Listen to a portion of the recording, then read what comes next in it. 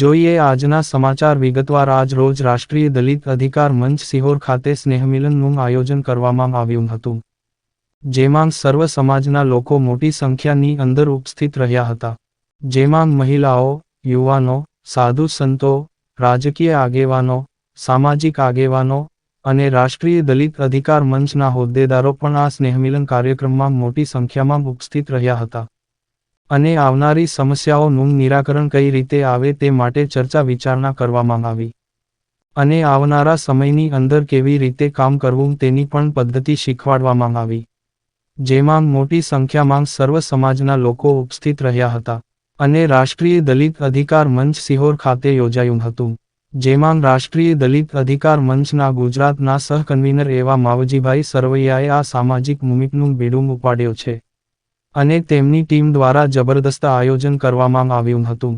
દૂર દૂરથી લોકો આ સ્નેહમિલન કાર્યક્રમમાં મોટી સંખ્યામાં ઉપસ્થિત રહ્યા હતા.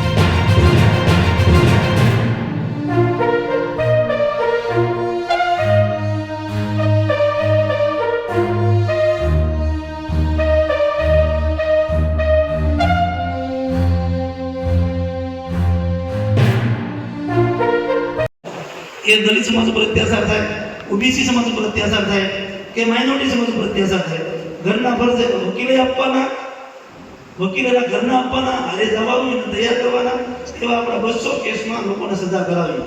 એ સંસ્થાનું FCRA લાયસન્સ આપણા મહંત શ્રી સોમનાથ ટુંડિયા અને આપણા માજી ધારાસભ્ય શ્રી પરમાણની મહેરબાનીથી એનું FCRA લાયસન્સ રદ થયું. તે ફોરેન કંટ્રીથી પૈસા મળતા હતા, એ બંધ થયા. એ સંસ્થા બંધ કરવી પડી. 450 કાર્યકરો અત્યારે રોજગારી વગરના થયા અને સમાજમાં અત્યારે કોઈ બધા મોટો આપણે ભેગા થાય ત્યારે બળતરા કરી તો પોલીસ સ્ટેશનમાં જઈ પોલીસ ફરિયાદ નથી લીધી. એ સંસ્થા બંધ થઈ ગઈ, તમને મદદ કરતી હતી.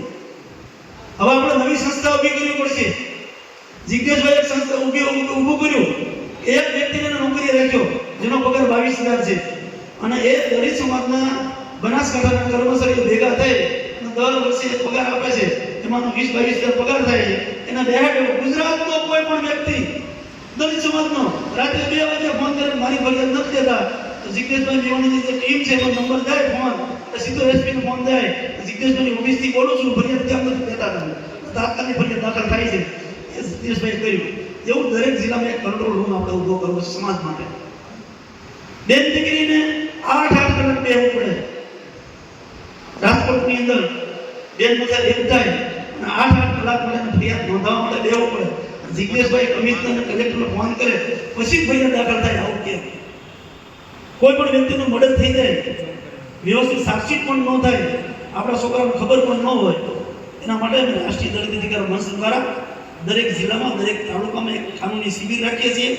અમે બાંબુ પાડીને કહીએ છીએ કે તમે એક તાલુકાની 4 છોકરા અમને આપો, જેના પર તૈયાર કરવા છે, જેને વકીલો લાવીને ટ્રેનિંગ અમારે આપવી છે. કોઈ છોકરાઓ તૈયાર નથી થતા. આ શિહોર શહેર તાલુકા અને શિહોર બીજા તાલુકાના જે મહેમાનો જે આવ્યા છે એને વિનંતી કરું છું કે 2 દિવસમાં તમારા તાલુકાના, તમારા વિસ્તારના 5 યુવાનોના નામ અને મોબાઈલ નંબર આપો. આગામી 15મી ડિસેમ્બર પછી જિજ્ઞેશભાઈનો અમે કાર્યક્રમ રાખીએ છીએ. ગુજરાત હાઈકોર્ટના વકીલો મંગાવીએ છીએ. એક ટ્રેનિંગ કેમ્પ રાખો છો આપણે 8 દિવસની. અધિકારી સાથે કેમ વાત કરાય? અધિકારી કામ ન કરે તો એને એની ઉપર કલાક ભરવામાં શું કરવું પડે? અધિકારી કોઈ બહેનોનું અપમાન કરે તો એને કઈ રીતે આપણે રજૂઆત કરી શકાય? આંદોલન કઈ રીતે કરવું? અને અધિકારીને દબાવવા માટે તમારા વિસ્તારમાં કામ નથી થતું, રોડ કામ સારા થતા નથી, તમારા વિસ્તારમાં સફાઈ કામ સારું થતું નથી, તમારા બહેનો જે નોકરિયાત કરે છે એને ન્યાય મળતો નથી. શું કામ કરાવવું છે? સંગઠન મહત્વનું છે. સંગઠન જ્યાં સુધી નહીં હોય ત્યાં સુધી આપણે કંઈ કરી શકવા નથી.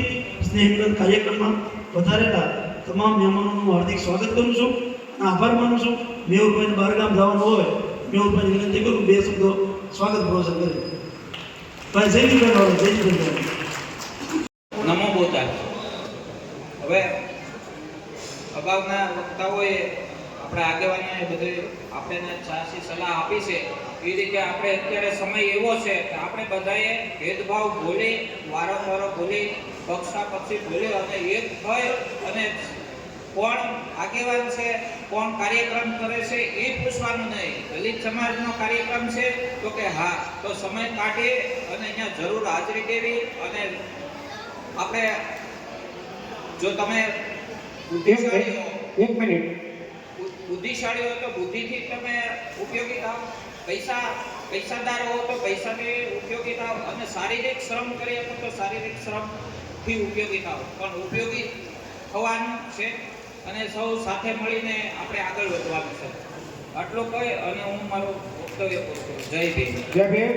આયોજિત આજના સ્નેહમિલનમાં ઉપસ્થિત રામણકા આશ્રમના મહંત શ્રી, ભાવનગર જિલ્લા કોંગ્રેસ સમિતિના પૂર્વ પ્રમુખ અને આપણા વિસ્તારના પીઢ આગેવાન ગુરુભાઈ મેહુરભાઈ લવટુકા, દલિત અધિકાર સંઘના પ્રમુખ ડીપી રાઠોડ, દલિત અધિકાર સંઘના પ્રદેશના આગેવાન માવજીભાઈ સરવૈયા, હર્ષદભાઈ બાંભણિયા, પીટી સોલંકી, બદાભાઈ, કાળુભાઈ તથા સમસ્ત આગેવાનો, માતાઓ તથા બહેનો,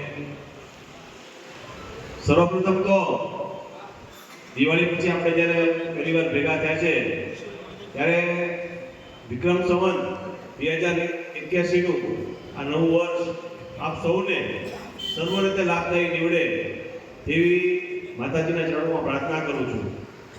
માવજીભાઈએ દલિત અધિકાર સંઘ વિશે ઘણી વાતચીત કરી, બહુ સાચી વાત કરી છે. ડોક્ટર બાબા સાહેબ આંબેડકરે આખી દુનિયાનું શ્રેષ્ઠ કહી શકાય એવું બંધારણ આપ્યું છે. પણ અત્યારે આપણે સૌ જોઈ રહ્યા છીએ કે ગુજરાતમાં અને સમગ્ર ભારતમાં બંધારણ જ તે ખતરામાં આવી ગયું છે.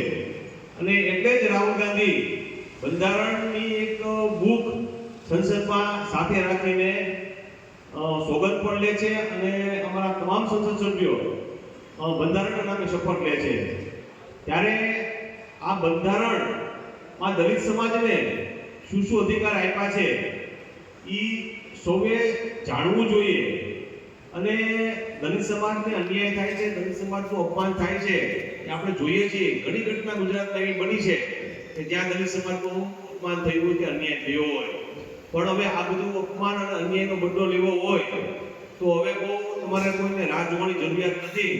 1 મહિનાની અંદર જ તે શિહોર નગરપાલિકાની ચૂંટણી આવી જશે અને આવી નાની નાની ચૂંટણી જે આવે છે ત્યાંથી જ તે આપણે શરૂઆત કરવી જોઈએ. આપણે માવજીભાઈ, જિગ્નેશભાઈ મેવાણી જે પાર્ટી સાથે સંકળાયેલા છે એ પાર્ટીને તમે સત્તા ઉપર લાવશો તો માવજીભાઈનો હાથ પણ મજબૂત થશે, જિગ્નેશભાઈ મેવાણીનો હાથ પણ મજબૂત થશે અને દલિત સમાજને ક્યાંય પણ અન્યાય નહીં થાય એવું એક સુંદર મજાનું સુશાસન ગુજરાતમાં આવશે, સિહોરમાં આવશે તેની આપ સૌને ખાતરી આપું છું.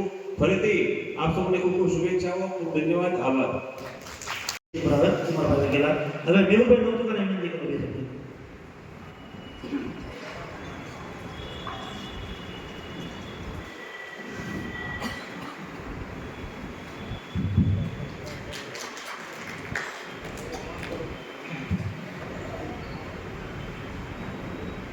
આજના રાષ્ટ્રીય દલિત સંઘના સ્નેહ મિલનમાં ઉપસ્થિત પરમ પૂજ્ય રામણકાંતિ બાપુ, તમામ સંઘના પદાધિકારીઓ, ભાઈ માવજીભાઈ, ઉપસ્થિત ભાઈઓ અને બહેનો, માવજીભાઈની હંમેશને માટે આ કચરાયેલો સમાજ છે એને માટે કાંકને કાંક પોતે પ્રવૃત્તિ કરતા રહે છે, મહેનત કરતો રહે માણસ, લડતો રહે છે સતત. એવા જ બીજા ગુજરાતની અંદર જિગ્નેશ મેવાણી પણ સમાજ માટે લડતા રહે છે.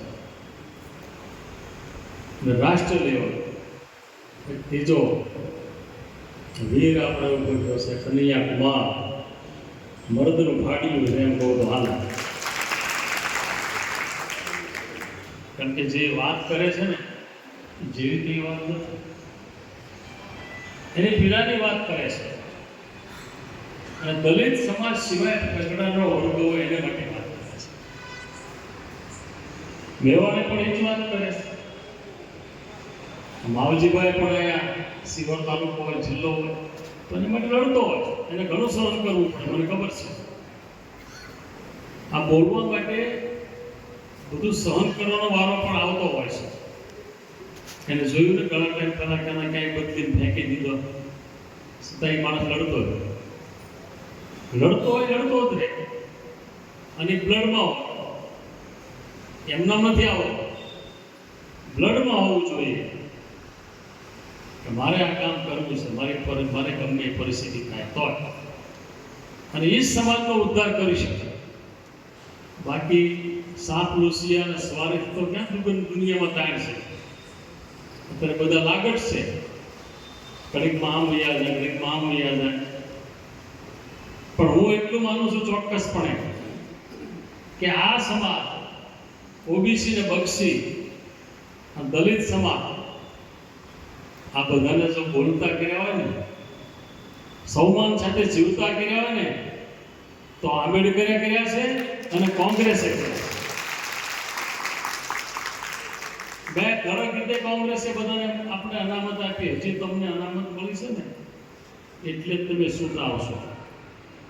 એને છૂટવા પડે છે પરાયણે. કોઈને પ્રેમ ફાટ્યો જતો નથી. તાલુકા હોય, જિલ્લા હોય, ધારાસભા હોય કે નગરપાલિકા, અનામત છે એટલે ક્યાં જાય?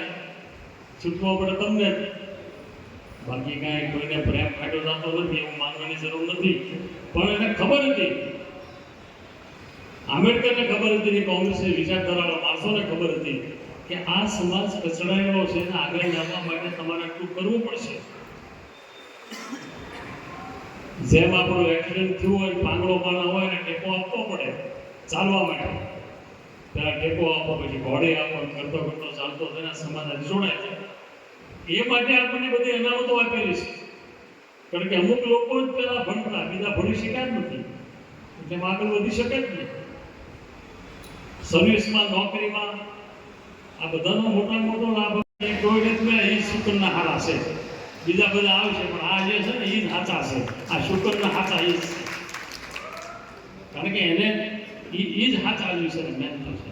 હવે દેવી પૂજકને ઘરે કોણ જાય? એને કોણ આશ્વાસન આપે? પણ એ જ હાચા છે. આ દેશના પાયાના માણસો એ છે. જે ગરીબ માણસ છે ને એ જ પાયાનો માણસ છે. કારણ કે દેશની પ્રગતિ એટલી જ થઈ છે, ગરીબ માણસોએ મહેનતને પુરુષાર્થ કર્યો છે. ખેતીવાડી ગણો, બીજે ગણો, ત્રીજે ગણો. આપણે જો મોટા હાથમાલમાં બંગલા થાય છે, પણ પાયામાં ઓલો આદિવાસી આવી પાયો ઉગાવે છે ને, તો એટલે થાય છે કે ન આવે તમે ન કરી શકો. પાયામાં ગરીબ માણસો ઘણી મહેનત છે, મજૂરી છે. અને એ મજૂરી જે છે એ જ સાચી છે. એટલે એ લોકોને આપણે આગળ લાવવા માટેનો આ જે તમારો મંચ છે એ મહેનત કરી લો છો. અને વાત સાચી છે, 5-5, 6 જણા છૂટાઈને આવતા હોય નગરપાલિકામાં અને બોલવાની તેવડ ન હોય તો એનો અર્થ શું છે? મારું એ કહેવાનું છે, છૂટાઈને તમે ગમે ના જાઓ, તાલુકામાં જાઓ, જિલ્લા